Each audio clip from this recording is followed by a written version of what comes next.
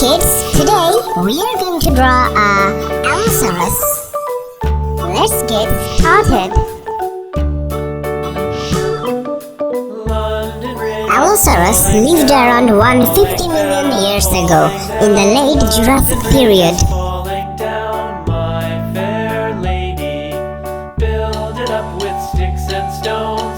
The name Allosaurus means different lizard.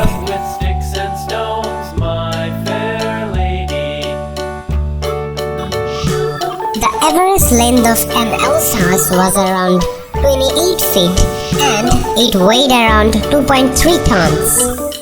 Sticks and stones will all fall down, all fall down, all fall down. Sticks and stones will all fall down, my fair lady. Now let's color. With wood and clay, wood and clay. Light green.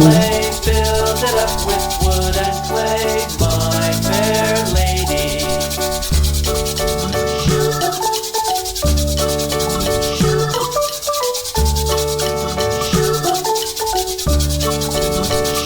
Wood and clay will wash away, wash away, wash away. Wood and clay will wash away, my fair lady.